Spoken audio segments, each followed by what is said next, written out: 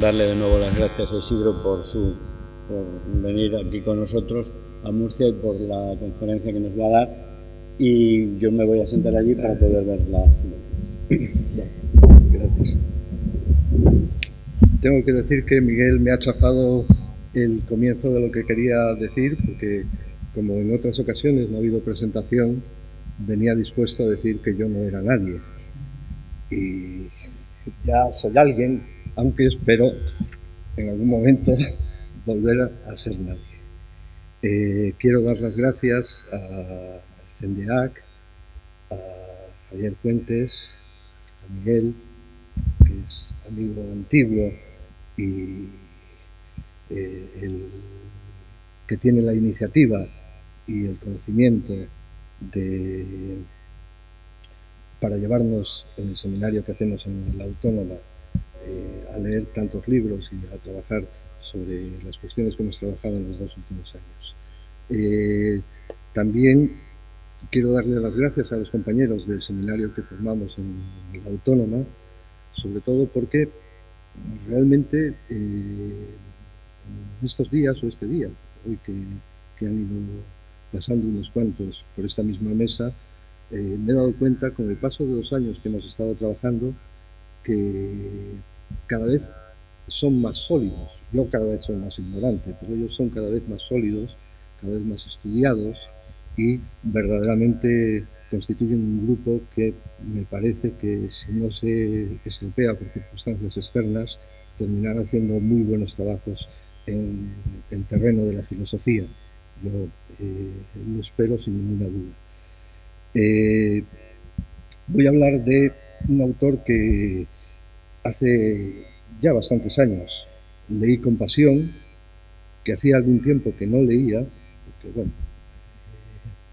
uno se dedica a otras cosas, pero en realidad siempre está cerca, porque al fin y al cabo he estado fundamentalmente trabajando sobre Maurice Manceau y en gran medida ha seguido siendo el trabajar con o sobre o al lado de Georges Bataille. Y hacía bastante tiempo que no leía sistemáticamente, con un poco de orden, algún libro de Bataille, y la verdad es que he recibido una impresión verdaderamente satisfactoria, que ha sido una auténtica sorpresa, o en cierto sentido encontrarme con algo inesperado.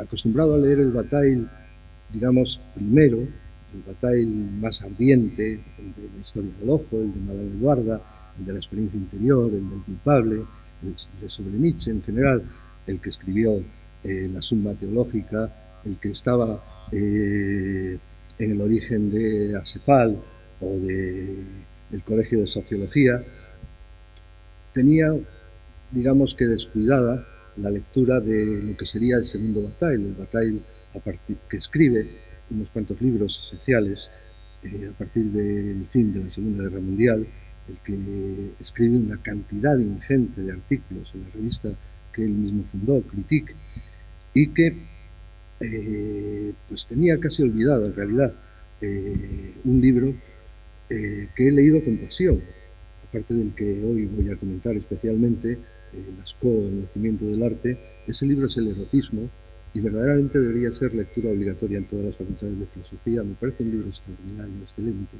un libro que si nos olvidamos quizá de toda la desvirtuación que ha habido acerca de ese personaje, de lo cual no es inocente el propio Bataille, su método, su manera de presentar su propio pensamiento, pero olvidando un poco todos esos tumultos a los que se sometió Bataille en su vida, o a los que Bataille sometió a su vida, en realidad, libros como El erotismo, con un título equívoco, pero que si se entra en la lectura de ese libro enseguida desaparece lo que pueda tener de equívoco un título así, sobre todo teniendo en cuenta que el autor ha escrito novelas o relatos directamente pornográficos o que aspiran a ser verdaderamente extremos, a llegar hasta el fin del límite o hasta el límite de lo posible, hasta las últimas consecuencias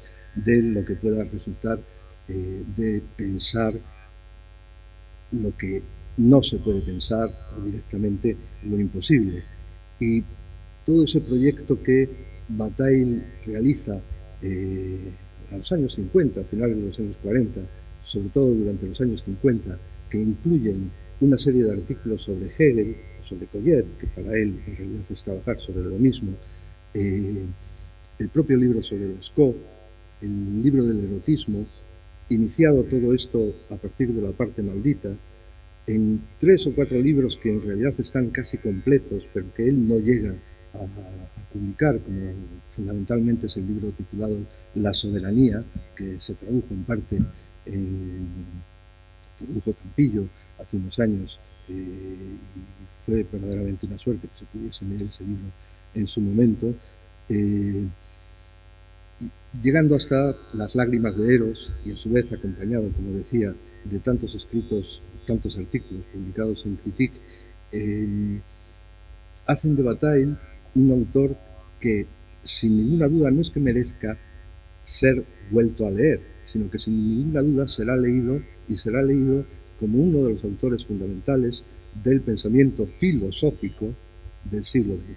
Sin ninguna duda, para mi gusto, cuando tengamos o nos pongamos verdaderamente a la altura de ese pensamiento que es verdaderamente extremo y, en cierto sentido, todavía inalcanzable para nosotros, que desgraciadamente estamos demasiado concentrados en una filosofía escolar, académica, una filosofía que no tiene las suficientes tragaderas para poder entrar a leer como se debe leer el pensamiento de Johnson. No quiere decir que yo sea capaz de leerlo como pido que se lea, sino que presiento, cuando he vuelto a leer estos libros, presiento que está por descubrir un pensamiento que deslumbrará sin ninguna duda a quien sea capaz de ponerse sobre él.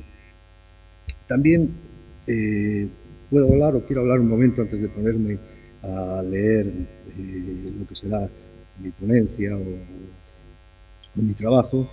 He querido actuar un poco, no tanto como estudioso, como erudito, podría haber intentado hacer un trabajo de ese tipo, pero verdaderamente no me ha apetecido entrar en ese terreno que me convirtiera casi en un profesor de filosofía que enseña lo que él sabe de Bataille y que a su vez ilustra a sus oyentes, que sin ninguna duda lo agradecerán, acerca de su saber, sino he querido componer, en cierto sentido, una pieza que fuera completa. Quiero decir, que me llevara a mí mismo a determinadas conclusiones. Quiero decir, no quiero enseñar nada, quiero leer, todos los que me escuchan, algunas de las cosas que Bataille dice acerca de Lescaut, acerca del nacimiento del arte, acerca de la primera pintura de la que tenemos noticia, y lo quiero leer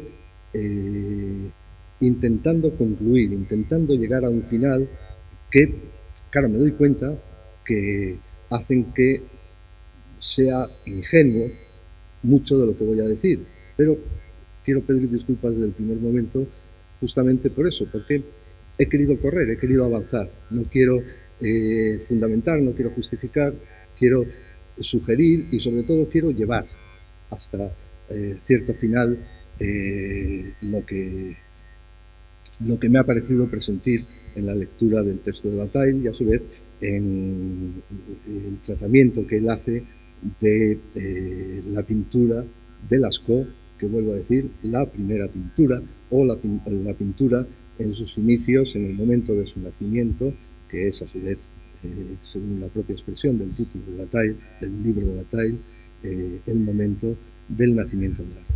También quiero hablar un momento, antes de ponerme de nuevo a entrar en materia, de las circunstancias verdaderamente azarosas, milagrosas, asombrosas, por las que se llega a conocer la cueva de Lescaut. En realidad es increíble que se haya llegado a entrar en esa cueva, que se haya llegado a conocer, y incluso que lo haya sido en el momento adecuado, en el momento que tenía que haber sido. Esa cueva ha estado cerrada durante pues, 15.000, 17.000, 20.000, no, 20.000 años no puede ser porque las pinturas están más o menos datadas de hace 17.000 años, 15.000 años quizá. Y un momento se cierra, está ni más ni menos que 15.000 años cerrada, y a principios del siglo XX hay una tormenta, cae un rayo,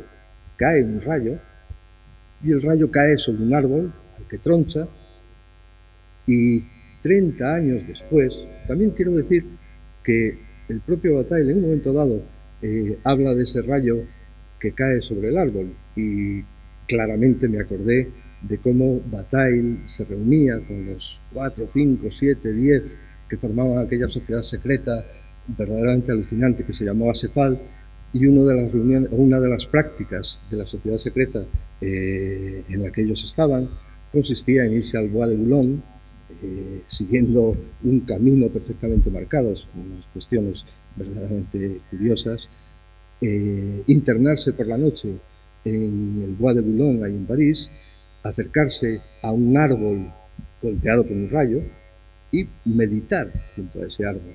Era uno de los actos que realizaban. Entonces, a Bataille naturalmente le tiene que haber resultado sugerente el encontrarse con Lascaux, o encontrar que Lascaux sale a la luz justamente como producto de la caída de un rayo sobre un árbol. 30 años después de que ese rayo, que podía haber caído 5 metros más allá y haber dejado Lascaux intacta, haber dejado aquella entrada intacta, y por tanto nosotros no conoceríamos en absoluto su existencia, 30 años después, un muchacho de 18 años pasea por el bosque de Lascaux, su perro persigue un conejo, el perro se llama Robot, es famoso, es contado. Hay una novela, estoy alargándome demasiado, pero bueno, hay una novela de un novelista americano que se llama Guy Davenport, que se titula Tatlin, o Tatlin, como queramos decirlo, que es una serie de narraciones. Ese escritor es un escritor importante. Y entre las 6 narraciones, la principal está dedicada a hablar de Tatlin. Entre las 6 narraciones, una de ellas está dedicada a contar la historia del descubrimiento de Lascaux por parte de los 4 muchachos que lo descubren, y verdaderamente es una lectura muy gratificante. Pues ese perro persigue a un conejo y se cuela por una pequeña grieta en el suelo, una grieta por la que cabe el perro pero no cabe nadie más, y el muchacho, el dueño del perro, decide tirar una piedrecita por la abertura y descubre que aquello no se acaba tan rápidamente, sino que el ruido de la piedra describe una entrada más profunda, una caída, y que aquello puede permitir, si se abre un poco más el hueco, la entrada. 4 días después van allí, este muchacho va solo a abrir la cueva, el agujero de lo que va a ser la cueva posteriormente, se encuentra con 3 amigos por el camino, les dice que va a explorar aquel agujero, piensan que es la entrada de un castillo cercano, que está a unos 500 metros de allí, y suponen que es, no la entrada, podríamos decir la salida subterránea de aquel castillo, y esperan pues explorar como harían lo que son unos niños, unos adolescentes o unos muchachos llenos de curiosidad. Penetran en la cueva y no pueden dejar de ver las pinturas que allí se encuentran. A partir de ahí ya se conoce esa cueva internacionalmente, se adecenta una entrada con sus escaleras y su portón de hierro, se preparan las visitas, se hacen visitas verdaderamente multitudinarias que incluyen miles de personas al día, a lo largo de los años 50, hasta que allá por finales de los años 50, pero en realidad ya a partir del año 55, cuando sale el libro de Bataille, empiezan a darse cuenta de que las pinturas se deterioran, que conviene cerrar la cueva, y se retrasa hasta el año 62 en que Malraux, siendo ministro de Educación, en ese momento toma la decisión que nadie se había atrevido a tomar hasta ese momento de cerrar las cuevas. Curiosamente, y es una cosa que da que pensar, lo que aquellas pinturas no soportaban era justamente la presencia, nuestra presencia, la presencia de sus visitantes, porque aquel espacio se dañaba automáticamente, inevitablemente, por la respiración de todos los que entraban allí, de tal manera que aquellas pinturas, como si estuvieran vivas, como si protestaran, no soportaban que se respirara a su lado. Y precisamente para evitar que se respirara a su lado, se cerró a cal y canto. Desde el año 62 la cueva de Lascaux se creó, con esto los franceses son especialmente habilidosos, se creó a su lado una réplica a la que se visita y que le sacan el mismo partido que a la propia cueva. Esta es la historia más o menos del descubrimiento de la cueva. Y ahora, sin más, porque si no vamos a pararnos en mil anécdotas, paso a leer en mi exposición. Lo llamé insólitos intercambios en la gruta, queriendo hablar de la economía, pero bueno, pues al final casi no voy a hablar de ninguna economía, porque el texto se fue diluyendo hacia otros caminos o dirigiendo hacia otros caminos, y esto es lo que queda. Será en primer lugar cuestión de detenerse en una fecha, porque a su vez, y en primer lugar, una fecha, esa fecha, nos detuvo y nos retuvo e incluso nos contuvo.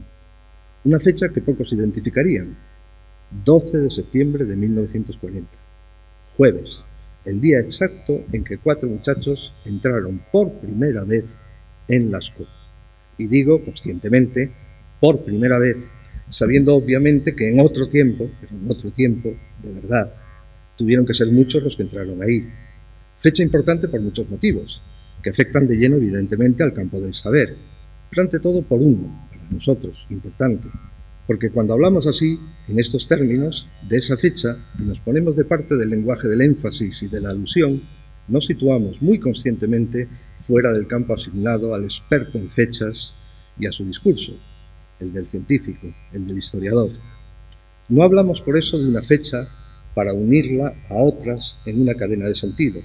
Queremos, por el contrario, sacarla del discurso de la historia, del decurso de la historia, encerrarla en ella misma, en ella en particular.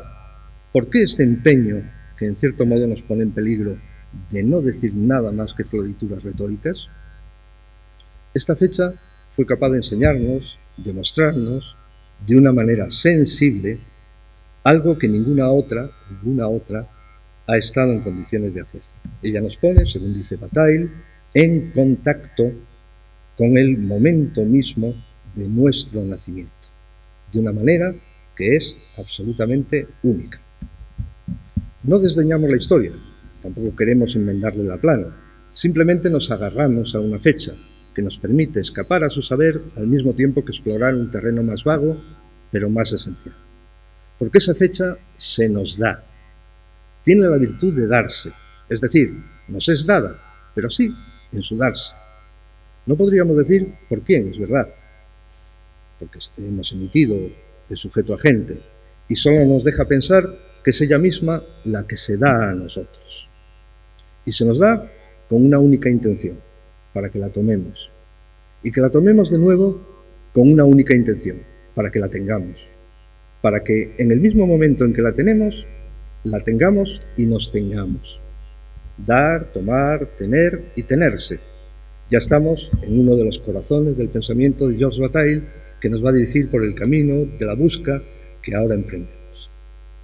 El 12 de septiembre de 1940 se descubrió una cueva que contenía pinturas prehistóricas. No era la primera, tampoco será la última. ¿Qué la convierte en única? No solo la majestuosidad de sus figuras pintadas, no solo la superioridad estética que ellas poseen con respecto a cualquier otro conjunto. Si se exceptúa, es verdad, el caso de Altamira, pero el caso de Altamira se desvirtuó demasiado por la tremenda polémica que se produjo justamente bastantes años antes, en 1880 o a partir de 1880, a cuenta de la autenticidad o falsedad de aquellas pinturas, de tal manera que durante más de 20 años, sobre Altamira se discutió fundamentalmente no acerca de su contenido, no acerca de sus pinturas, sino precisamente acerca de la posible manipulación que pudieran haber sufrido aquellas pinturas, que fueran producto sencillamente de una falsificación. Si le hacemos caso a Bataille, las figuras de Lascaux, surgidas sin que nadie las esperara, de un pasado remotísimo, tienen la virtud de trasladarnos de inmediato al instante mismo del nacimiento del arte y, en un sentido más restringido, el del nacimiento del hombre en su integridad, de tal manera que ya estamos dando por supuesto que en el momento en que nace el arte, a su vez nace el hombre en el más pleno y completo sentido. Es decir, el hombre está haciéndose en cierto sentido hasta ese momento. Cuando nace el arte ya tenemos el hombre y no podemos esperar o no hemos esperado a encontrar ninguna otra cosa que complete al hombre por encima de aquella circunstancia que se produce en ese momento.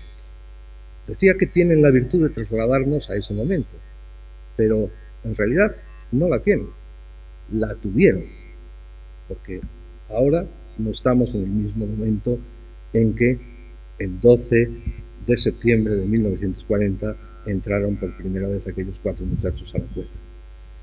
Durante un solo día, el primero en que se entró en la cueva, para los primeros que entraron en ella ese 12 de septiembre de 1940, ese día fue justo el día en que se abrió paso un portal por donde no solamente comunicaron sin solución de continuidad 2 tiempos enormemente alejados uno de otro, que muy poco tienen en común y que sin embargo se abren uno a otro aclarándose entre sí, confundiéndose incluso, sino que a través de él, de ese portal, se presenta ante nosotros el instante mismo de nuestro nacimiento. Ese portal se abrió y se cerró definitivamente el mismo 12 de septiembre de 1940. Al día siguiente, y durante todos los días que le han seguido hasta hoy mismo, quien accede a él, a ese portal, lleva consigo su presente. Se entiende que aquellos que entraron por primera vez, precisamente al entrar, al descubrir lo que descubrieron, perdieron su presente y entraron en lo que podríamos llamar otra dimensión temporal, a su vez que espacial. Ese, el que ahora entrara o atravesara o intentar atravesar ese portal, lleva consigo su presente, decía, acude ahí a la llamada de un pasado y espera a su vez sacar de él un provecho del que disfrutará en el futuro. Y eso, es verdad, no es poco. Ahí nos acercamos a recoger el eco de aquel efecto y en su cercanía nos invade la presencia de aquello que nos maravilla, la íntima e intensa sensación de trabar conocimiento con un antepasado desconocido e imponente. A partir de esa fecha, todos los demás rememoramos, más o menos emocionadamente, aquel acontecimiento. Nos interrogamos acerca de él, multiplicamos sus sentidos, pero no le añadimos nada en absoluto a su total y perfecta realización. ¿Quién por lo demás, tratándose de Bataille, aquel a quien Sartre descalificó motejándole de nuevo místico, se extrañará de que describamos la fulguración de un día, de este día, como una experiencia extática? Porque literalmente lo que esta fecha contiene es un éxtasis. Se observará además que si esta fecha constituye una especie de portal, se trata de un portal sensible, no de un portal inteligible. No estamos ante un descubrimiento científico que nos abra, por ejemplo, a la comprensión de un fenómeno mejor o peor explicado o inexplicable, sino de algo que tiene todos los visos de ser una experiencia tramada toda ella por componentes sensibles.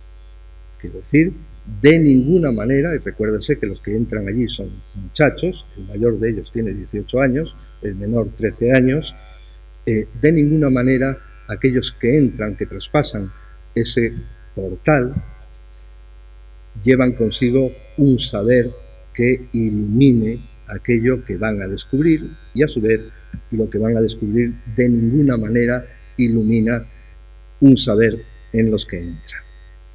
Decíamos que esa experiencia está tramada toda ella por componentes sensibles.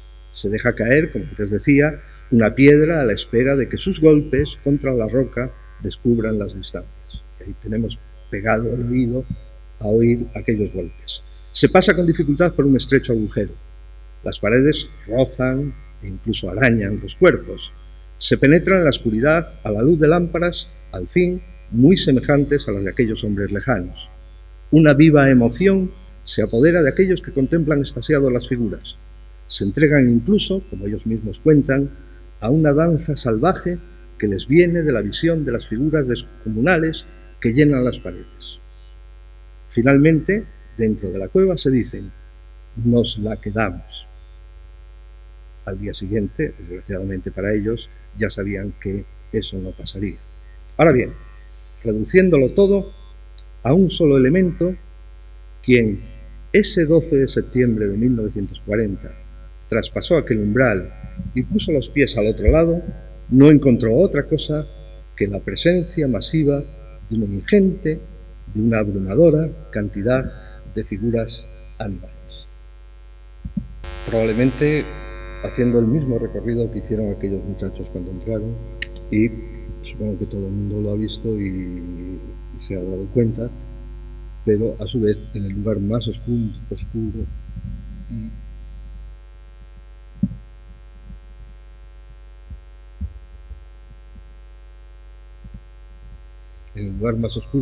de la cueva, un pozo al que se accede con enorme dificultad, en el que entran como mucho 3 o 4 personas, se encuentra la escena famosa del pozo, el enfrentamiento entre el hombre y el bisonte, del que hablaremos en su momento. A su vez se observará, si se ha ido viendo, la cantidad ingente de animales que se encuentran en la cueva, y finalmente todo desemboca en la figura de un hombre con las características especiales de las que hablaremos enseguida, pero que ya hemos visto. Sigamos. Pongamos propedéuticamente entre paréntesis, recordemos que hablábamos de que lo que hay fundamentalmente, abrumadoramente dentro de esa cueva son imágenes de animales. Hablemos, por tanto, del hombre y del animal y de su relación. Pongamos propedéuticamente entre paréntesis la más extendida opinión acerca de la relación del hombre con el animal, que dice esa opinión: el hombre viene del animal. Al fin y al cabo, el hombre viene de tantos sitios, son tantas cosas y tantos los que se atribuyen la paternidad del hombre, que tal vez concedérsela al animal no fuera ni descabellado ni ofensivo. Todo lo contrario. Ahora que Dios ha muerto, ¿qué más, qué mejor, qué más noble origen? Tal vez porque no sabemos, lo proponemos como hipótesis, pero no esperamos o esperaremos en vano que el científico venga a confirmar esa hipótesis.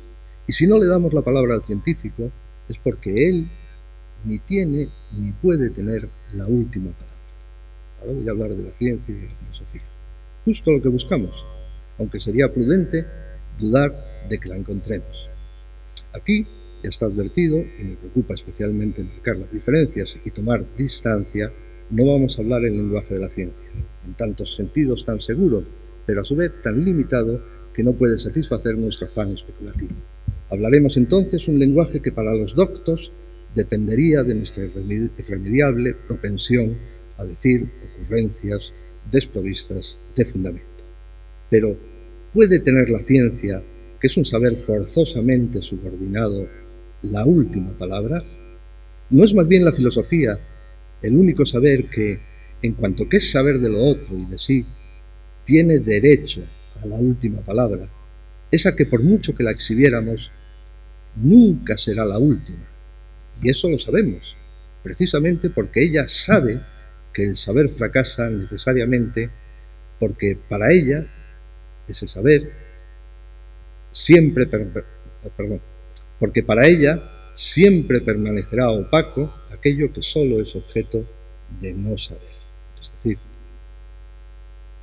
encaminada hacia la última palabra, la filosofía encuentra que no puede decirla, pero ella sabe que no puede decirla justamente porque en el umbral de la última palabra o en el más allá de la última palabra todavía se insinúa aquello en lo que ni siquiera la filosofía puede entrar, porque es justamente el espacio, el dominio, el terreno del no saber.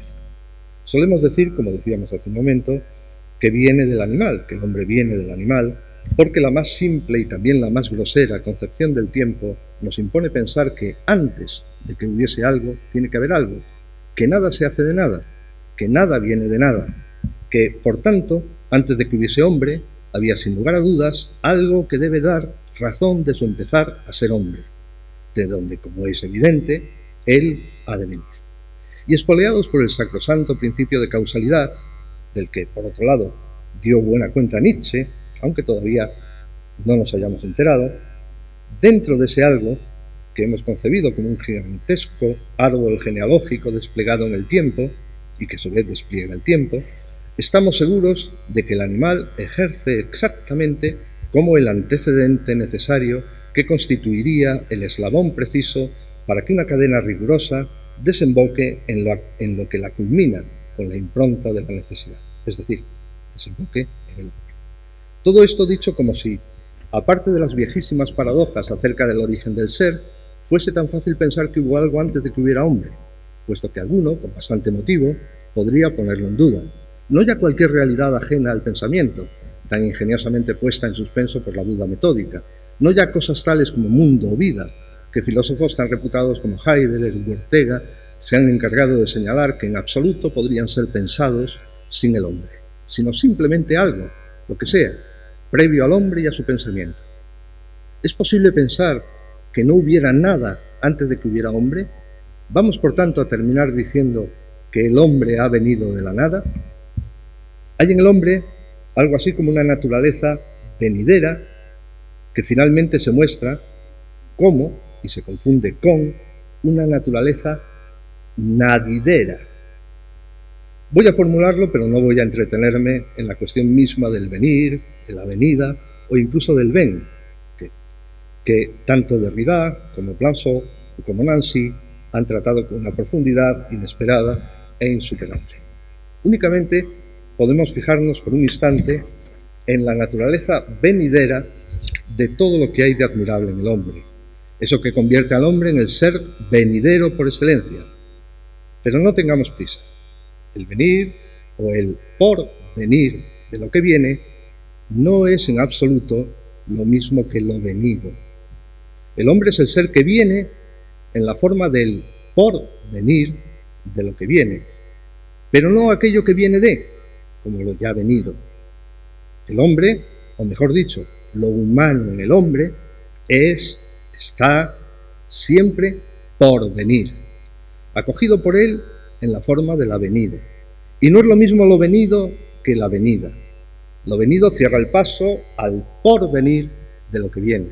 Lo venido es lo coagulado, la carne muerta siempre amenazada de putrefacción. La venida es la existencia que se rehace a sí misma, que se recrea en sí misma. El porvenir que viene con la venida es lisa y llanamente la vida. La vida en sus múltiples maneras de aparecerse o de reaparecerse, en gran medida muchas veces como fantasma o espectro que puebla nuestra existencia. Ahora, sabiendo que navegamos por aguas donde con Bataille pilotan Hegel y Kojev, podríamos decir que el hombre viene de aquello que precisamente él trae consigo, esto es, la nada, o lo que es lo mismo, de él mismo. Según aquellos, al hombre le hace hombre su acción. Cito unas líneas de Kojev que a su vez está dando una de las interpretaciones más profundas o más influyentes del pensamiento de Hegel. Dice Kojev: acción negativa que realiza la nada al aniquilar el ser dado del hombre en la lucha, y el ser dado de la naturaleza mediante el trabajo, que resulta además del contacto real con la muerte en la lucha. Quiere decir entonces que el ser humano no es otra cosa que esta acción. Es, dice Collet, la muerte que vive una vida humana. Hasta aquí Collet. Esta caracterización del hombre, obligado a identificarse con una nada y una muerte que le son consustanciales, se agrava desde el momento en que debe ser plenamente consciente de que, si se aparta mínimamente de su ser mortal y destructivo, de su potencia aniquiladora, se pierde irremisiblemente en cuanto hombre. Es decir, que no solo debe conocer la nada o la muerte que está en su origen, mirarla de frente, como decía Hegel en aquellas famosas frases que están al inicio de la fenomenología, sino soportar permanentemente ese ser suyo, conservarlo y mantenerse en él, al precio exacto de su propia humanidad. Si se relajara en ese curioso cuidado de sí, que es el cuidado de su mortalidad constitutiva, si finalmente el hombre cediera a darle la espalda a la potencia aniquiladora de su acción, que es, no lo olvidemos tampoco, la condición de su potencia creadora, pero no deja de hacer otra cosa que destruir en sí mismo la naturaleza que le constituye, porque no deja de hacer otra cosa que destruir en sí mismo la naturaleza que le constituye, aunque a cambio crea, ni más ni menos, que el mundo y la historia. Si finalmente llegara al final de su acción y lograra aquello que quiere, dejar atrás la destrucción y la muerte, dejará atrás la destrucción y la muerte, sí, pero a cambio se hundirá definitivamente en la animalidad. Fin de la historia. Volveremos enseguida sobre ello, utilizando otros términos. Pero ya ha quedado identificada una de las líneas directrices del pensamiento de Bataille con respecto a la diferencia entre el hombre y el animal. El hombre empieza a existir como hombre desde el momento en que se da permanentemente muerte a sí mismo, en que es esa muerte que vive su vida, una vida humana. Si ahora cambiamos de plano, porque hemos de hablar de ese hombre de la prehistoria que tuvo en su poder el convertirse en el hombre de la historia, debemos asumir una paradoja que por el momento nos aleja bastante de Hegel, tanto como de Bataille. El animal, ahora lo vemos, no es la prehistoria del hombre. La prehistoria del hombre la constituye el propio hombre, pero el hombre ya ha hecho hombre. No podemos entonces mantener bajo ningún concepto que el hombre fue producido por lo no hombre, ya sea esto el animal o algo menos que un hombre. El hombre, pues, tiene que estar ahí para que él mismo, idéntico a sí, consciente de sí, comience a estar ahí. Del mismo modo que tampoco podemos pensar en el tranquilo fluir de la sucesión. Se produjera como se produjera, el inicio de la humanidad, como en realidad el inicio de cualquier cosa, significa romper la cadena de la sucesión e introducir en esa cadena un bloque de sincronía dentro del orden diacrónico de la sucesión. Solo así puede entenderse que se produzca lo que solemos llamar una inauguración, que siempre tendrá, para quien la observa desde fuera, el carácter de milagro o de magia con la que lo absolutamente inesperado aparece. Momento inaugural de lo que nace. Además, el hombre, al nacer, recuérdese de sí mismo, de su propia acción, encuentra, porque nace en ese preciso momento, encuentra lo que no espera encontrar. El espesor de lo sucesivo se ve interrumpido por la irrupción de un instante, en cierto modo, absoluto, ilimitado, cruzado por la simultaneidad de un encuentro para el que no ha mediado ninguna expectativa. El hombre se encuentra desde el principio con un absoluto extraño, que es él mismo, a quien se lo debe todo.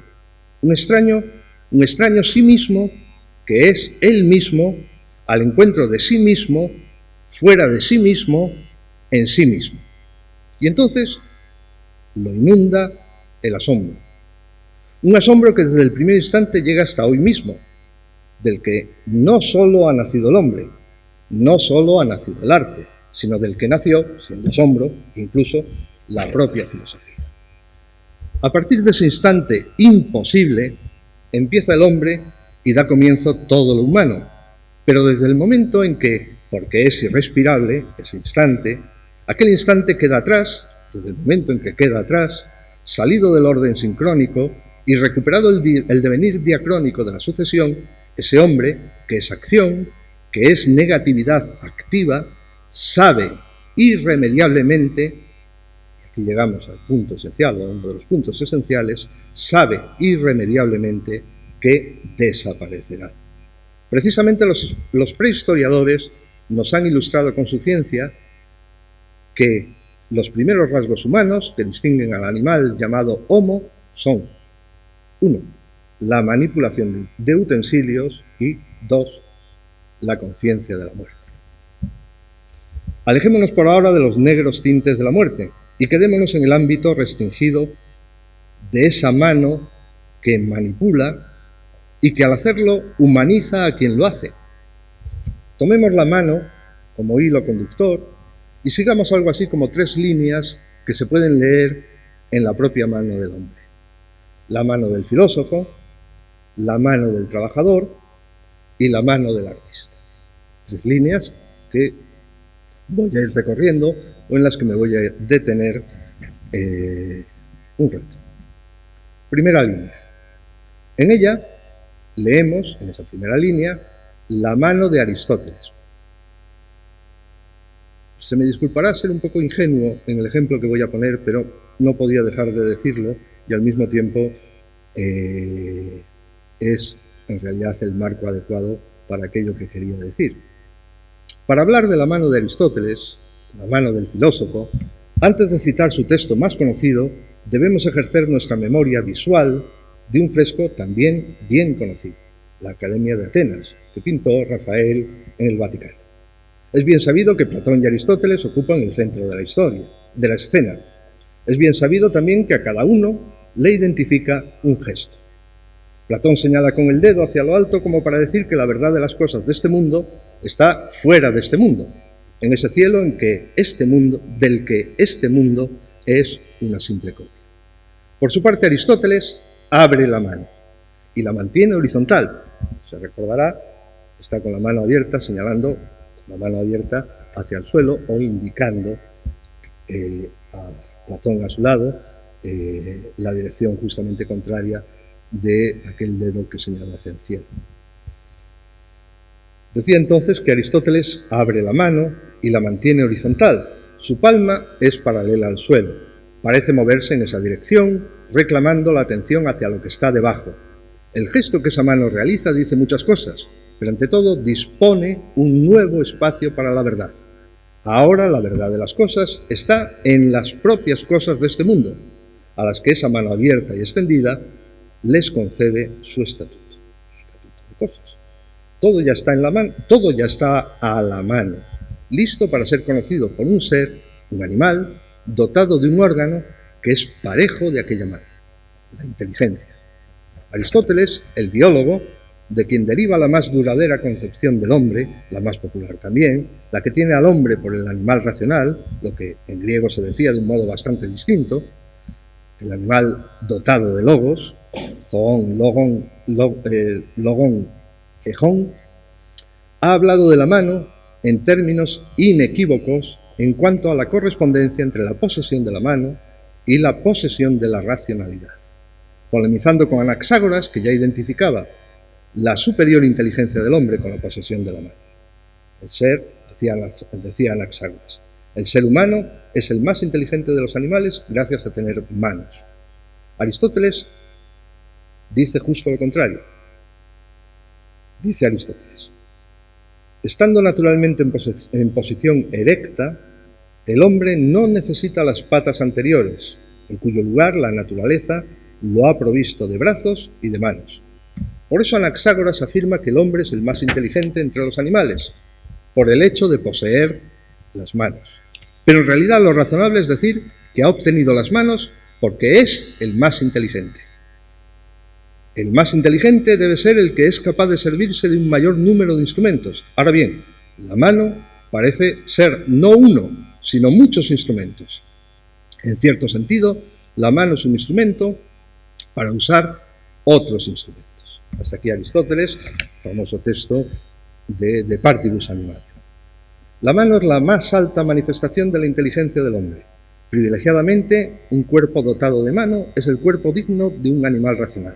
Y si el hombre tiene mano y el animal no, es evidentemente porque el hombre es ese susodicho animal racional con el que comparte género, pero que queda como único en su especie. Hay que decir, sin embargo, que más de 2000 años después, esta imagen del hombre se ha cuarteado irremediablemente. Segunda línea. Ese hombre, inteligente por encima de todo, que, como dice Aristóteles, posee la mano como el instrumento de todos los instrumentos, es el que los prehistoriadores o los antropólogos denominan el Homo faber, el hombre capaz de fabricar y, por supuesto, de usar utensilios. En el orden del tiempo, el primer hombre, el primero al que, debido a su inteligencia, le cabe el nombre de hombre, es, por tanto, el Homo faber. Ahora bien, toda su inteligencia se encierra muy específicamente en su mano, en la habilidad y la pericia con que es capaz de modificar las rocas que cada vez irán manejando con mayor precisión. La destreza de su mano le empuja entonces a separarse irremediablemente de aquello que no puede dejar de estar frente a él, siempre a distancia, siempre del otro lado. Quiere decir, el uso de la mano separa irremediablemente al hombre de lo que irremediablemente quedará siempre separado de él frente a él, o siempre a distancia de él. Golpea sin descanso, raspa, frota, percute, machaca y muele. A cada paso la distancia a la que se han puesto las cosas se le muestra como una barrera infranqueable y ya vive aparte de eso a lo que llamamos naturaleza. Incluso ese pariente tan cercano, tan semejante en todo al hombre, el animal, es engullido frente a él por esa realidad ajena de la que se aparta tanto cuanto más se empeñase en acercarse a ella. Esa mano que trabaja ha producido un hombre.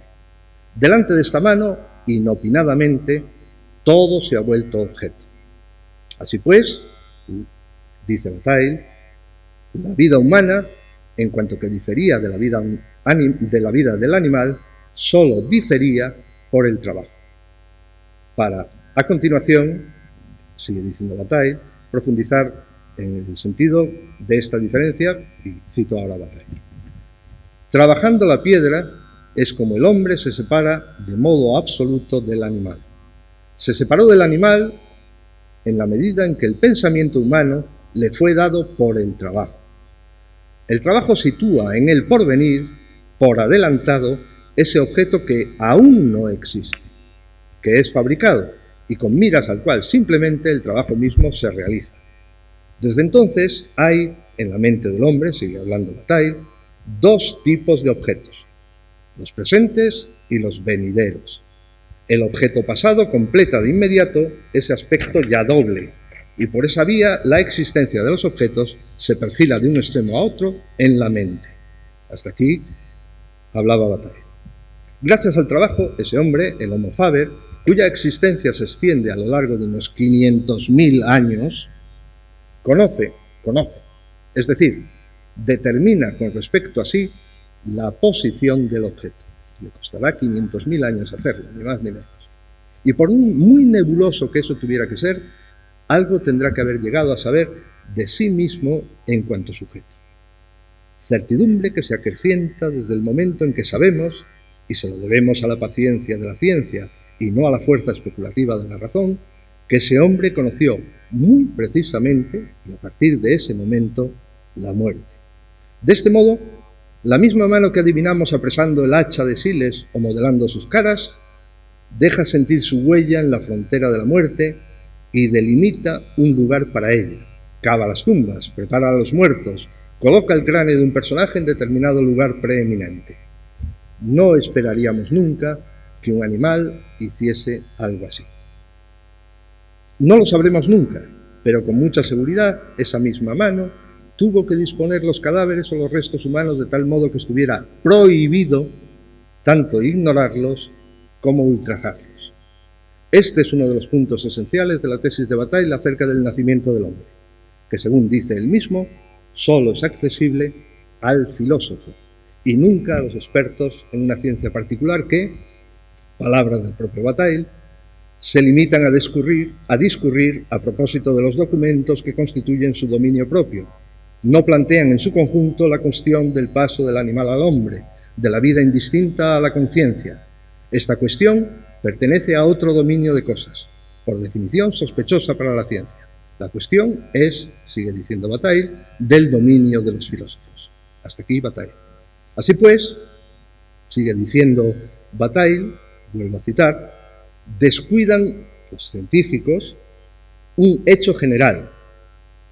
Nos interesa especialmente por lo que nos reúne aquí. Descuidan la diferencia entre el animal y el hombre, al considerarla en su conjunto. La diferencia entre el animal y el hombre, al considerarla en su conjunto, no tiene que ver únicamente con los caracteres intelectuales y físicos, sino con las prohibiciones a las que los hombres se creen sujetos. Sigue diciendo Bataille. Si los animales se distinguen claramente del hombre, lo hacen más nítidamente en esto, que nunca para un animal nada está prohibido. Lo que la naturaleza da limita al animal. Él no se limita a sí mismo en ningún caso. Hasta aquí Bataille. Estas palabras meridianas nos permiten establecer exactamente la frontera entre el hombre y el animal. Al hombre lo separan del animal tres cosas. Una, el trabajo, esto es, la fabricación de utensilios. Dos, la conciencia de la muerte, esto es, el reconocimiento de los muertos. Y tres, la esfera de lo prohibido, esto es, el conjunto bien trabado de prohibiciones que afectan en primer lugar a lo esencial de la existencia, es decir, el nacimiento y la muerte. Significa eso que ya existe el hombre. En ese momento, en el momento en que el hombre trabaja, afectado justamente por ese cúmulo de prohibiciones, ya hay inequívocamente hombre. Sin embargo, todavía nos queda por recorrer un tercer camino o una tercera línea, o leer una tercera línea. Pero aún debemos indagar la línea en que está dibujada la acción de una tercera mano, la mano del artista, es decir, la mano del hombre de las cuevas pintadas, la mano del llamado Homo sapiens. Más allá de lo conveniente, recordemos que el anterior era el llamado Homo faber. Más allá de lo conveniente o adecuado de estas denominaciones, sin duda muy capciosas, porque en realidad el nombre de Homo sapiens debería habérsele otorgado ya desde el primer momento al llamado Homo faber. Y dice Bataille muy curiosamente, y a partir de un libro que en ese momento se publica, o se conoce, sobre todo se publica en Francia, el libro de Huizinga, Homo ludens, dice que en realidad el nombre adecuado para el hombre en ese momento, o a partir de este momento, no sería tanto el nombre de Homo sapiens, que debería corresponder más exactamente al hombre del periodo anterior, e incluso al hombre de Neandertal, sino el nombre de Homo ludens, el hombre que juega. Pues hay que resaltar el hecho de que solo el Homo sapiens, que comienza a hacerse dueño y señor del antiguo dominio del paleántropo u hombre de Neandertal, esto hace más de 30.000 años, poco más de 30.000 años, ese hombre creó eso que tanto para él como para una posteridad larguísima ha recibido un nombre que él y sus semejantes siempre desconocieron, así como desconocieron su significado. Crearon, nosotros les hemos prestado ese nombre, crearon el arte. Y qué curioso, una de las primeras figuraciones, y aquí no vamos a discutir si es la primera o hubo antes otras o es posterior, una de las primeras figuraciones que se realizaron en las paredes de las grutas fue una mano. Enseguida volveremos a ella, pero antes vamos a acabar de exponer el pensamiento de Bataille acerca del nacimiento del arte. Excepto por la introducción de este último tema, el de la prohibición como determinante de la humanidad del hombre, hasta este momento Bataille ha seguido más o menos los pasos de Hegel y de Collet y de Marx. Pero aún queda un tercer desarrollo que ya le pertenece exclusivamente a Bataille. Si quisiéramos acordarnos de la fórmula que usó Bataille para tomar distancia de todos ellos, citaríamos aquello que en los años 30 él denominó negatividad sin empleo. Ahora, en 1955, se llama simplemente transgresión. Parece una consecuencia necesaria, pero no debemos precipitarnos. De hecho, más tarde insinuaremos que podría suceder justamente lo contrario de lo que ahora nos parece evidente, y es que, dada la prohibición, se da también, con la fuerza de la necesidad, la posibilidad de la transgresión, que se realiza, la transgresión, como una verdadera purgación de la existencia en el tiempo en que el hombre se deja ganar por el juego y la fiesta. Las prohibiciones se sueldan entre sí, creando un conjunto que amenaza con asfixiar la vida. Por eso, amenazada a fondo, ella misma encontrará una vía, la vida, para expandirse fuera de ese estrechamiento. El aflojamiento de la norma, la quiebra del orden, la supresión del cálculo y del equilibrio, la disolución de los límites se realizan como otras tantas transgresiones de lo prohibido, que, creado por un hombre medroso de perder la existencia, termina paradójicamente rescatado por lo que lo inhabilita y lo cancela. Por esa grieta abierta por la transgresión se colarán el arte y la religión, pero sépase que también otras muchas cosas de las que aquí no hablaremos. Con la transgresión se ha consumado el último acto de este ejercicio de distanciamiento por el que el hombre se diferencia del animal. Porque es obvio que el animal, que no conoce las prohibiciones, tampoco puede participar de la transgresión ni de sus plasmaciones artísticas o religiosas. Nada más fácil que declarar al animal incapaz de la emoción estética, lo mismo que es incapaz de cualquier sentimiento religioso, y situarlo así, a años luz, de ese hombre que ha alcanzado así la cima de su gloria. Pero queda un principio de sospecha desde el momento en que nos percatamos de la angustia que se incrementa incluso en el momento en que se salta por encima de la norma, en el momento de la transgresión, que se ve siempre acompañado de un sentimiento de angustia. O bien, cuando reparamos en que el animal, en lugar de producirnos desprecio por su inferioridad, nos provoca, nos sigue provocando, nos ha provocado siempre, un vivo sentimiento de respeto y de reverencia. Igual que cuando comprobamos el sentimiento de amistad que nace en nosotros en la cercanía del animal, incluso del animal salvaje, incluso del animal que matamos. Sentimiento de amistad que, según algunos, no hemos aprendido de él y no de nosotros. Lo hemos aprendido, el animal es el que nos ha enseñado la amistad. Nosotros no nos hemos enseñado a nosotros mismos la amistad. Además, esa inquietud nace en nosotros justo en el momento en que hemos juzgado que el hombre ha conquistado la cima de su humanidad. Como nada es tan simple como parece, se pueden hacer, a partir de ahora, dos consideraciones. La primera procede del propio Bataille y tiende a saber qué nos autoriza a hablar tanto de arte como de cumbre de la humanidad, refiriéndonos a las pinturas realizadas por el hombre de Lascaux.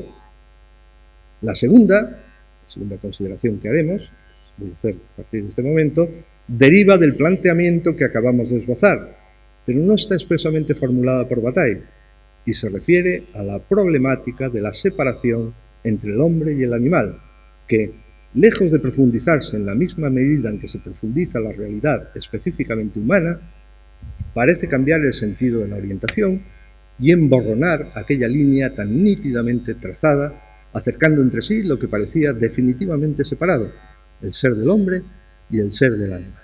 Las cuestiones entonces se van a tratar a partir de este momento. 1.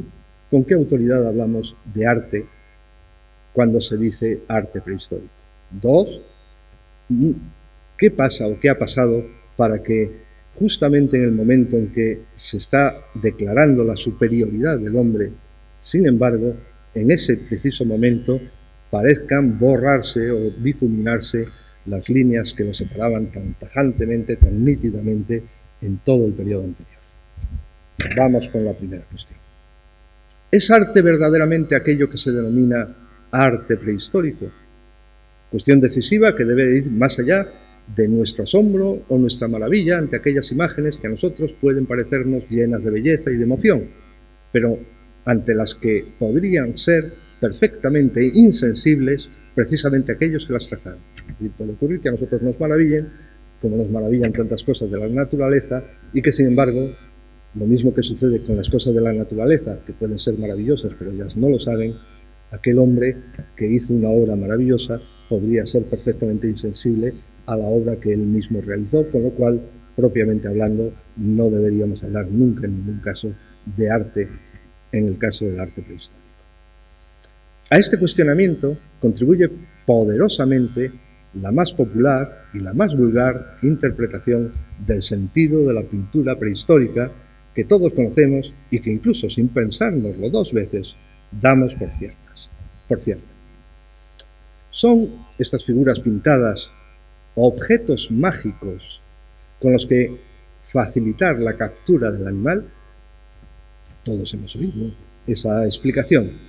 Bataille no niega esta posibilidad, pero pone todo su empeño en explicar que esa hipótesis no aclara muchísimos misterios a los que nos enfrentamos cuando valoramos la enorme variedad de imágenes que se encuentran pintadas en las cuevas, donde, sin ser exhaustivo, hay animales que evidentemente no eran de consumo humano en primer lugar y de forma más evidente que ninguna otra cosa, donde se encuentran felinos, rinocerontes, mamuts, que no servían para el alimento del hombre y que propiamente hablando no eran cazados por aquel cazador de la prehistoria, donde también se encuentran animales imaginarios o inexistentes, como el denominado y famosísimo unicornio de la entrada de Lascaux. Nos preguntamos, ¿hemos de integrar dentro de ese mismo ritual, el de la caza, los signos ininteligibles que llenan muchísimas cuevas? ¿Y los signos inteligibles, tanto masculinos como femeninos? Los falos o las vulvas que llenan muchas cuevas. Pero sobre todo, ¿cómo olvidar la parte de azar, de juego, de indiferencia, de falta de cálculo que tiene que haber habido en el origen de una actividad que hubo de ser inventada a partir de absolutamente cero? Porque si la meta de la producción de esas imágenes fuera exclusivamente propiciar la caza mediante la magia, en ese caso no habríamos salido de la esfera de lo útil, del cálculo guiado por el interés, de la eficacia como principio de la acción, y aquellas imágenes no se diferenciarían de cualquier otro utensilio. Es decir, las imágenes mismas serían utensilios creadas por un hombre capaz de producir esos mismos o fabricar esos mismos utensilios. Y así, por ejemplo, nada distinguiría la lanza pintada que atraviesa la figura también pintada de la lanza real clavada sobre el cuerpo real del animal. Cuando el fin de lo que se hace es meramente utilitario, la acción realizada se subordina a él. Nunca puede ponerse a sí misma como su propia meta.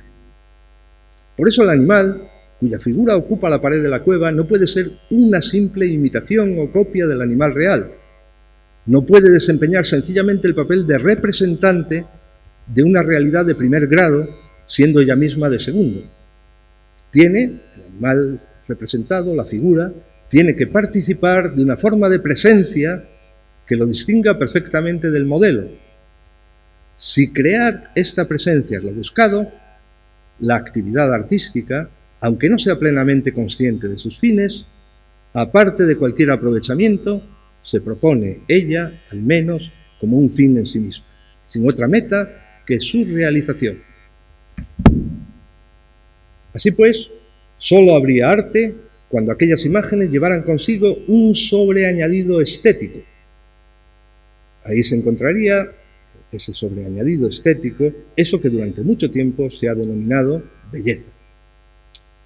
Cuando se hiciera sensible la intensidad emocional que ellas, aquellas figuras, poseyeran y transmitieran, no solo para sus contempladores actuales, como sucedió con Picasso a la puerta de Lascaux, comentando que ninguno de los pintores de su tiempo, incluido él, era capaz de pintar así, sino para sus propios creadores, cuyas intenciones, dice Bataille, con un lenguaje un poco pasado de moda, por otro lado, estuvieran implicadas, cito a Bataille, estuvieran implicadas con lo que el arte siempre tuvo como meta, la creación de una realidad sensible, modificando el mundo en el sentido de dar respuesta al deseo de prodigio implícito en la esencia del ser humano. Hasta aquí Bataille. Habría entonces que preguntarse si aquellos hombres serán sensibles a ese valor estético. A continuación, y sobre todo, proseguir el interrogatorio para saber si al producir las figuras de su arte buscaban con la suficiente conciencia la creación de ese valor, y si esperaban de su actividad la subsiguiente emoción derivada de esa carga sensible con la que habrían dotado a sus imágenes. Pero solo hay que pararse ante la presencia imponente e incomprensible, no solo para nosotros, también sin duda, con más motivo para ellos, esa presencia incomprensible e imponente de las figuras pintadas, reparar en el prodigio que representan, de nuevo, no solo para nosotros, también para ellos, discernir la riqueza que contienen, el vigor del que hacen gala, la carga de futuro de lo que es absolutamente primero. Contemplado eso, discernido eso, propiamente hablando, no podemos hacer otra cosa que reconocer que aquello es perfectamente un movimiento intenso de actividad artística. Segundo punto en el que quiero pararme. ¿Qué relación mantiene este hombre que pinta con los animales que él pinta? ¿Ha profundizado mientras pinta su separación de ellos o ha entrado en un dominio donde puede haber ocasión para los más insólitos intercambios a los que se presta generosa la pared de la gruta? ¿Qué relación hay? Y sobre todo, si se ha profundizado esa distancia que separaba al hombre del animal. Recupero ahora la imagen de la mano que se apoya sobre la pared, pero justamente para verla de una manera muy distinta a como se ha hecho hasta este momento. La imagen de la mano que se apoya sobre la pared, recuérdese, aquellas huellas positivas o negativas que se encuentran en tantísimas cuevas prehistóricas. Esa mano se aprieta contra ella y deja en ella, siendo perfectamente consciente de hacerlo, su marca, ya sea positiva o negativa. No es una mano que empuña, no es una mano que agarra, no es, por tanto, una mano orientada hacia lo útil, confinada en el mundo de la utilidad, subordinada, aunque sea su dueña, al instrumento que ella maneja. Es solamente una mano que se abre y que mientras lo hace, toca. ¿Con qué objetivo? No lo sabemos, ni probablemente nunca lo sabremos. Sin duda tenía un significado, pero este permanecerá siempre oculto para nosotros. ¿Debemos entonces callar? No. Ni siquiera el científico lo hace, menos aún nosotros. ¿A qué se abre la mano? ¿Qué toca? A falta de otros referentes, nos permitiremos soñar que, aunque no sepa en absoluto lo que hace, y para que termine por saberlo habrán de pasar milenios, esa mano pretende tocar no las cosas, sino el vacío de las cosas, el hueco en que se ha convertido el mundo para el poseedor de esa mano, la distancia por la que todo se aleja de ella. Ahora bien, tocar el vacío, tocar el hueco, tocar la distancia, ¿qué es eso? Propiamente hablando, no lo sé. Lo único que puedo decir es que, si eso pasara, eso no sería a anular la distancia, puesto que se pondría la distancia, sino crear una distancia de otra clase, una distancia sui generis, lo que a mí me gusta llamar la ausencia de distancia. Podríamos generalizar de una manera sin duda abusiva, pero que quiere insistir en la impresión que viene de su formulación y decir que, desde el principio absoluto de su existencia, el arte se habría propuesto la tarea de producir, a través de múltiples estrategias, esa ausencia de distancia que implica ese proyecto de tocarla incluso de una manera sensible, como vemos a través de aquellas manos positivas o negativas que quedan sobre las paredes de las cuevas. El pintor de la cueva de Lascaux, que es multitud, como lo era Homero, pinta la ausencia de distancia que le separa del toro, del caballo, de la cabra o del bisonte. No produce la desaparición de esa distancia, porque entonces él se habría hundido en la animalidad de la que, apartándose con violencia de ella, él mismo ha nacido.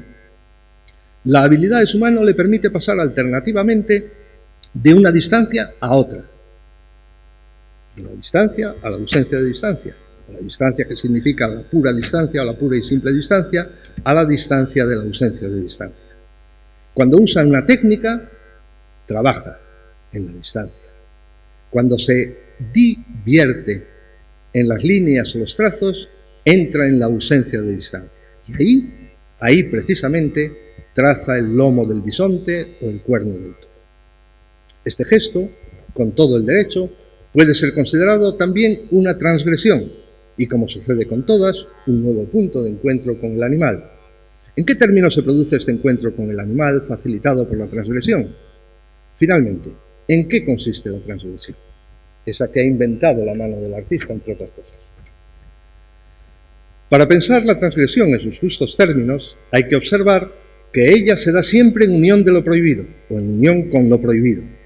Sin embargo, prohibición y transgresión, aunque se solicitan mutuamente, no se necesitan entre sí como lo positivo y lo negativo, sino que prohibición y transgresión son coextensivas, se copertenecen. Por muy tentador que nos parezca, pensar dialécticamente su relación no me parece que nos ayude, porque la prohibición, no es la negación, y la otra, la transgresión, no es la negación de la negación. Ambas colaboran, en primer lugar, como ya hemos visto, en la producción de la humanidad en el hombre, precisamente por el hecho de que ya sea mediante la prohibición, ya sea mediante la transgresión, el hombre hace lo que en ningún caso sería capaz de hacer el animal, para quien la naturaleza no es en absoluto un sistema de prohibiciones.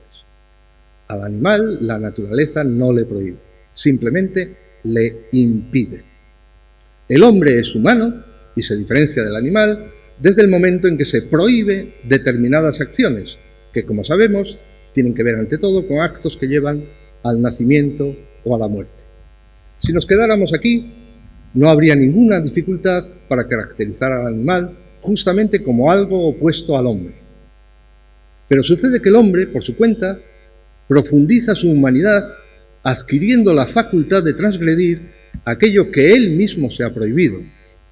De modo que si la prohibición es un ejercicio de negación, la transgresión, que no se limita a la negación de la ley, nos trae el problema de determinar qué clase de afirmación produce ella cuando se enfrenta a lo prohibido. Es decir, la transgresión no es negativa, sino que es afirmativa. Se trata de saber qué es lo que ella afirma, o mejor, qué es lo que se afirma con ella, que en absoluto es lo prohibido. Sigo diciendo que no estamos jugando el juego de la dialéctica. Decía, se trata de saber qué es lo que se afirma con ella, que en absoluto es lo prohibido o lo negado por la prohibición, sino el gesto mismo de saltar por encima de los límites de lo prohibido y traspasarlos, dejarlos atrás. Eso es lo que se afirma. La transgresión afirma entonces el límite que precisamente desaparece con ella, para volver a reaparecer, bien es verdad, un poco más allá, en una especie de pilla-pilla inacabable. La transgresión vive de la infinita volatilidad de ese límite, que siempre estará por delante o por detrás, pero en el que nunca podrá detenerse. Así, la transgresión realiza lo que Foucault, en su artículo sobre Bataille, titulado, como se sabe, Prefacio a la transgresión, llamó con una expresión muy afortunada una afirmación no positiva. Una expresión que Derrida usa, recordando a Foucault por otro lado, en más de una ocasión. Pero, mientras que el sistema de prohibiciones siempre apartará al hombre tanto del animal en particular como de la naturaleza en general, la transgresión puede operar una especie de reencuentro, sin duda muy precario, con el animal. ¿En qué términos lo haría? Es decir, La transgresión parece que se presenta como una especie de camino de vuelta hacia el animal que había quedado absolutamente separado por medio de la creación de las prohibiciones o del sistema de prohibiciones que nació con el trabajo. ¿En qué términos lo haría? Según una fórmula que también ha hecho fortuna, Bataille dice que la existencia del animal en la naturaleza es como la del agua en el agua, subrayando así la esencial continuidad, ese es el término esencial, de su ser. El animal, como cualquier otro ser de la naturaleza, es un ser continuo. El hombre, en el tiempo en que constituye, por su parte, ahora hablamos del hombre, el hombre, en el tiempo en que conquista su humanidad, es decir, cuando trabaja, es decir, cuando se da un fin a sí mismo que no parte ni forma parte de la naturaleza, en tanto en cuanto esa acción le ha apartado tajantemente del animal y le ha dejado a solas consigo mismo, abre con su acción negadora una especie de brecha en el ser, introduciendo en él, en el ser, la discontinuidad, a partir de la cual él quedará convertido, todo el tiempo que sea hombre, en el ser discontinuo. Por eso él, y solo él, a diferencia del animal, no solo conoce la muerte, sino que efectivamente muere. La muerte queda reservada entonces a un animal, a un ser discontinuo, es decir, en realidad el único que verdaderamente muere es el hombre. En el momento de la transgresión se produce entonces una patente recuperación de la discontinuidad perdida. Sin embargo, perdón, esto está mal dicho, se produce una recuperación de la continuidad perdida. Sin embargo, no debemos equivocarnos. El motor de la recuperación no es en absoluto algo así como una nostalgia de la continuidad vivida como una pérdida o una falta. La continuidad perdida, o lo que es lo mismo, la discontinuidad sobrevenida, tampoco es nuestro pecado original. El lapso de tiempo de la transgresión, siempre breve, permite no tanto una recuperación de la animalidad, sino una especie de intercambio, algo así como un juego de máscaras que el consumado jugador, que es el hombre, juega de nuevo consigo mismo, pero tomando al animal como insustituible mediador. Incluso podría decirse que como modelo, porque él, el animal, significa la imagen más perfecta y la más alta expresión de la continuidad a la que quiere acercarse el hombre mediante la transgresión, o a la que se acerca efectivamente el hombre en el tiempo de la transgresión, que se sabrá es el tiempo del juego, de la fiesta, de la risa, del erotismo, etc. Ahora llegamos al punto esencial que se ilumina en una conferencia que Bataille recoge al final del erotismo, una conferencia especialmente profunda y muy poco citada, que se titula La santidad, el erotismo, la soledad.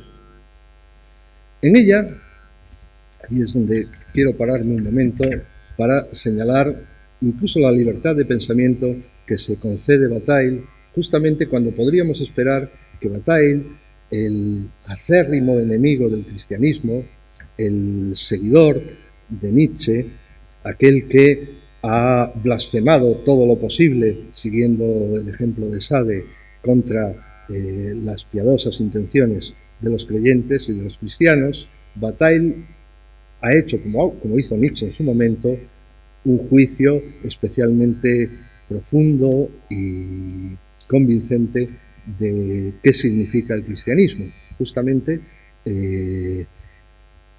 entendiéndolo como una nueva forma de transgresión. En ella, en aquella conferencia, Bataille aproxima dos campos que parecen extremadamente alejados entre sí: la santidad y el erotismo, presentados como sendos movimientos de transgresión, donde la santidad cristiana, solo en apariencia, es un ejercicio de negación, puesto que, frente al erotismo, que es afirmación de la vida, según recuerdo ahora la famosa y desconcertante definición del erotismo que da Bataille, que define el erotismo como la aprobación de la vida hasta en la muerte, y por el hecho de que el cristianismo se funda en la realización de un acto que nos redime y que sin embargo nunca debió ocurrir, porque justamente era o estaba absolutamente prohibido que eso pudiera producirse, entre otras cosas porque entra en el terreno de lo prohibido, que es el terreno de la muerte, la prohibición de dar muerte, y estoy refiriéndome lógicamente a la muerte en la cruz, donde lo que nos condena, aquel acto realizado, la transgresión más profunda que el hombre ha realizado, nos salva. Aquello que nos condena, la transgresión realizada, justamente es el camino de nuestra salvación.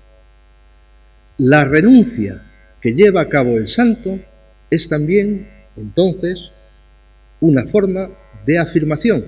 Ahora bien, en este caso, afirmación de la muerte, no afirmación de la vida, como se recordará que decíamos que era el erotismo, donde el santo que se retira, el santo que renuncia a la vida, bien sabido, vive como si estuviera muerto, pero justamente para que los demás puedan vivir eternamente.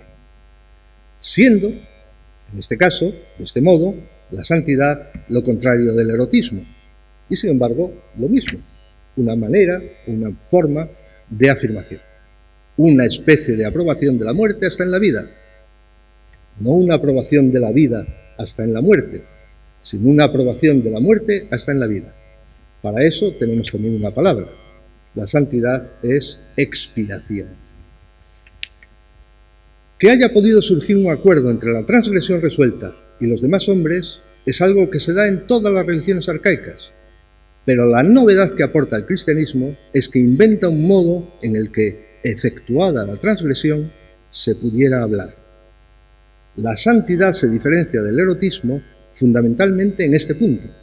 Siendo una experiencia solitaria, no deja irremediablemente en la soledad como sucede con el erotismo, sino que pide que se hable de ella y forma así la comunidad de los que, compartiendo la culpa, se sobreponen a ella, a hablarlo. A continuación, dice Bataille estas palabras y nos van a dar paso a una cuestión que quiero explicar con toda la seriedad del mundo.